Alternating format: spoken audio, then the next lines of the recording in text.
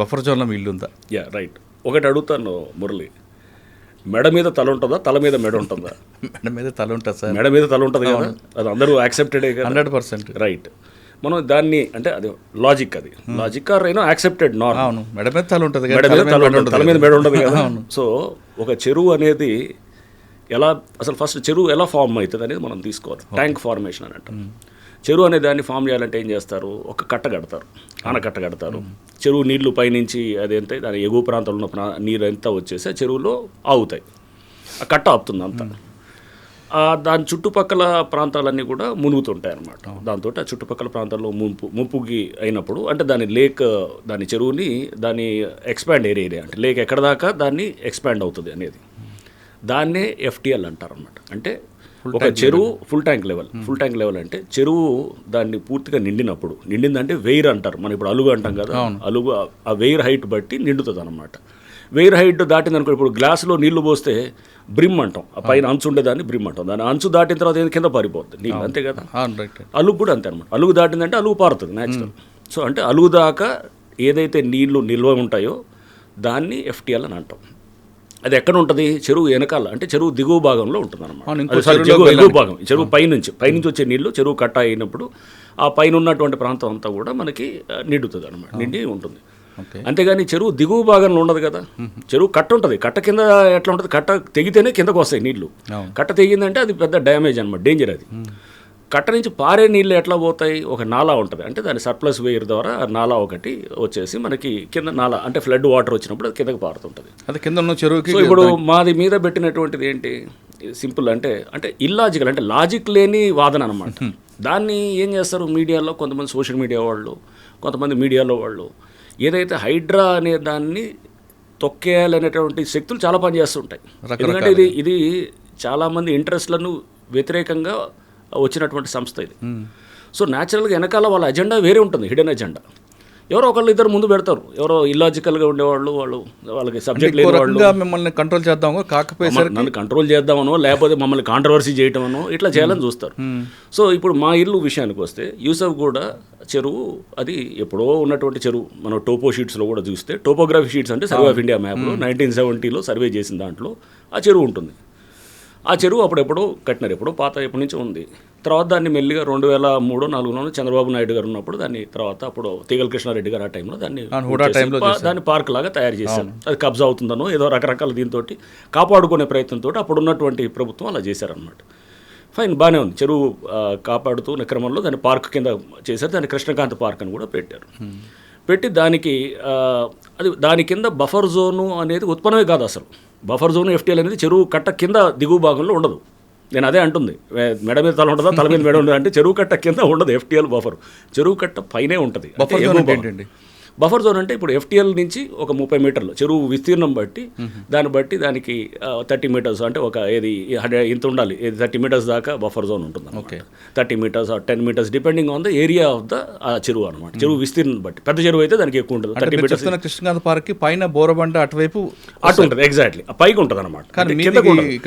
ఉండేది కిందకు ఉంటుంది. మధురనగర్ అంతా చెరువుకి కింద దిగువ ప్రాంతంలో ఉంటుంది. ఆ నాలా కూడా మా ఇంటికి 100 మీటర్ల దూరంలో ఉంటుంది. నాలా నుంచి ఎంత ఉంటుంది, ఆ నాలా విడ్త్ బట్టి ఇది 10 మీటర్సా 2 మీటర్సా విడ్త్ ఉంటుంది. మాక్సిమం 10 మీటర్స్ అంతే. మాది 100 మీటర్ల పైన ఉంటుంది. ఆ నాలా కూడా ఇప్పుడు అది కింద దాన్ని మొత్తం అండర్ గ్రౌండ్ కవర్ చేసేసి వెళ్ళిపోయింది. అంటే ఏదో కాంట్రవర్సీ కోసం ఒకటి చేసి ఏదో ఒకటి బురదేద్దామని ఆ టోపో షీట్స్ పెట్టుకుని తిరుగుతున్నాడు అతను. ఎవరు చూస్తున్నాం, అతను దీని గురించి మాట్లాడుతున్నాడు అంటే ఎవరు అతను లీడర్ ఎవరు ఉన్నారు మాట్లాడుతూ ఆ టోపో షీట్స్ అంటే అతనికి టోపోగ్రఫీ షీట్స్ కూడా చూసేటటువంటి మినిమం నాలెడ్జ్ లేదని అనిపించింది అనమాట.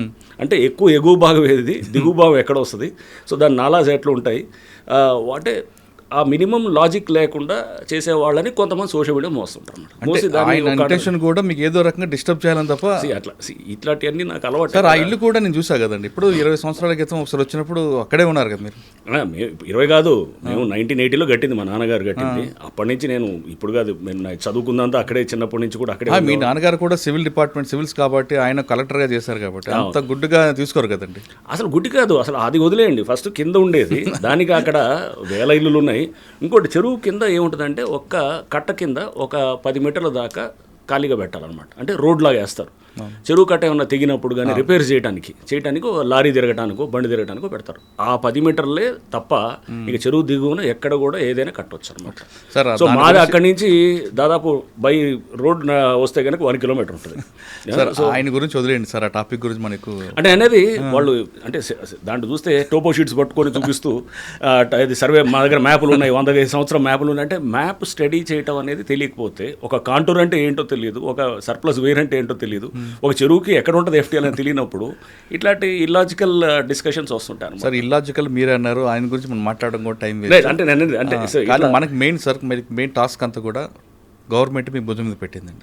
హైడ్రా అనేది పెట్టడం ఉద్దేశం ఏంటంటే ఇకపై హైదరాబాద్ మునిగిపోవడం కానీ మనం చూస్తున్న వేరే స్టేట్లో జరుగుతున్న సంఘటనలు జరగకుండా భవిష్యత్తులో ఉన్న వాళ్ళకి మంచి చేయాలని. కరెక్టే కదా సార్. కానీ ఇందులో మీకు ఫస్ట్ ఇంటర్లో కూడా అడిగా, మీకు దీంట్లో చాలా ప్రెజర్స్ ఉంటాయి, మీకు మామూలు ప్రెజర్స్, ఎందుకంటే చాలా పెద్ద పెద్దలు ఉంటారు, కింద వాళ్ళు ముందు పెట్టి పైన వాళ్ళు నడిపిస్తుంటారు. పై కనబడేదే ఇది కాదు, పైన ఎవడో పబ్లిక్ ముందు ఏడుస్తూ బాధపడుతూ ఉంటే కనుక దాని వెనకాల స్కీమింగ్ అర్థం చేసుకోవాలి. దాని వెనకాల వేరే శక్తులు పనిచేస్తుంటాయి. ఎందుకంటే ఇదంతా ఆ లాబీ, ల్యాండ్ గ్రాబింగ్ లాబీని చెక్ చేసేటువంటి సంస్థ ఇది. చేసినప్పుడు వాళ్ళు బయటికి రకరకాలుగా చూపిస్తారు. ఇప్పుడు ఇది ఈ బఫర్ కాంట్రవర్సీ లాంటిదో లేకపోతే ఎవరో కొంతమందిని పెట్టేసి ఇష్యూని తీసుకేస్తూ, ఎందుకంటే డైరెక్ట్గా చేయరు ఎప్పుడు కూడా వాళ్ళు డైరెక్ట్గా, ఎందుకంటే వాళ్ళు తప్పులో ఉంటారని వాళ్ళకి తెలుసు, ఇండైరెక్ట్గా ఇలా చేస్తారు. సో ఇందాక మీరు అడిగారు ఫస్ట్ కూల్చివేతలే ఉంటాయా, ఓన్లీ ఒక మతం వాళ్ళే చేస్తున్నారు, ఒక పార్టీ వాళ్ళే చేస్తున్నారని. సో దీని మీద మీరు చూస్తే కనుక మేము జూలైలో ఇది హైడ్రా ఫామ్ అయింది. ఫస్ట్ కమిషనర్గా జూలై ఎండింగ్లో వచ్చింది. స్టార్టింగ్ మేము డిమాలిషన్స్ ఆగస్ట్ ఫస్ట్ వీక్లో స్టార్ట్ చేసినప్పుడు ఫస్ట్ చేసింది MIM స్ట్రాంగ్ హోల్డ్ అయినటువంటి బుమ్రుక్ ద్వాలా. సో దాంట్లో కొంతమంది అక్కడ స్థానికంగా ఉన్నటువంటి నాయకులు, నాయకులు వాళ్ళు కట్టినటువంటి అపార్ట్మెంట్స్ని కూల్చేసి మొత్తం బుమ్రుక్ ద్వాలా అనేది 300 సంవత్సరాల క్రితం ఉన్నటువంటి చెరువు. దాని మీద ఎన్నో సంవత్సరాల నుంచి అందరూ దాన్ని స్పీకింగ్ ఆర్డర్లు ఇస్తున్నారు, కూల్చాలి అంటున్నారు, కానీ ఎవరు దాని మీద యాక్షన్ జరగదు. సో మేము వచ్చాము ఇమీడియట్గా వీ హ్యావ్ టేకెన్ అది, ఆ పాత ఆర్డర్స్ ఉన్నాయి, అన్నీ కూడా క్లియర్గా ఉన్నాయి. ఇక దాన్ని అందరూ పిల్లికి గంట కట్టాలి కదా, ఎవడో పిల్లికి somebody has to build the cat. So అది చేయడానికి హైడ్రా అనే సంస్థ ఉందన్నమాట. సో ఇది ఎప్పటి నుంచో పేపర్ మీద జరుగుతుంది, పేపర్ మీద కాదు కదా, గ్రౌండ్లో ఏం చేశారనేది ముఖ్యం అన్నమాట. సో వెంటనే మేము అక్కడ డిమాలిష్ చేసాం. ఇప్పుడు ఆ చెరువు అంతా కూడా రేపు రివైవ్ అవుతుంది. ఇప్పుడు అది ఊరిని చెరువు కూల్చివేతలు కాదు, బుమ్రుక్ ద్వాలా ఇప్పుడు రివైవ్ అవుతుంది. 300 సంవత్సరాల క్రితం అక్కడ రాజవంశీకులు వాళ్ళు అక్కడి నుంచి నీళ్లు, అక్కడ రాణీలు వాళ్ళంతా కూడా అక్కడ స్నానాలు అది కూడా ఆచరించేవాళ్ళని, లేకపోతే వారు అక్కడి నుంచి డ్రా చేసేవారని, ఇట్లా చాలా ఉంది. హిస్టారికల్ లేక్ అది, చాలా అద్భుతమైన హిస్టరీ ఉన్నటువంటి లేక్ అది. సో అది అట్లా బుమ్రుక్ ద్వాలా అంటే అది అంతా కూడా అక్కడ సౌత్ జోన్లో ఉన్నటువంటి స్ట్రాంగ్ హోల్డ్ రాజేంద్ర నగర్ ప్రాంతంలో ఉన్నటువంటి దాన్ని చేసాం. నెక్స్ట్ 27 డిమాలిషన్స్ చేసాం. సో మీడియాకి ఇష్టమైందేమో ఎన్కన్వెన్షన్ డెమాలిషన్. న్యాచురల్గా ఏంటంటే ఒక సినిమా యాక్టర్ కాబట్టి దానికి కొంత వచ్చింది. వేరే కొన్ని మేము గండిపేట దగ్గర చేసినప్పుడు పల్లరాజు గారు లేకపోతే ఇంకా కొంతమంది ఇతర దాంట్లో ఉన్నారు, వారి అందరికీ కూడా చేసాం. దాంట్లో చాలామంది కాంగ్రెస్ వారే ఉన్నారు. సో అంటే అక్కడ వారు ఏ పార్టీ అఫిలియేషన్ అనేదే కాదు అసలు. చూస్తే అది కూడా రిలీజ్ చేసాం మేము, డేటాని కూడా చేసి 27 డిమాలిషన్స్లో ఎక్కువ కాంగ్రెస్ వారే ఉన్నారు, అంటే రూలింగ్ పార్టీ సంబంధించిన వాళ్ళు ఎక్కువ ఉన్నారు. నష్టపోయింది.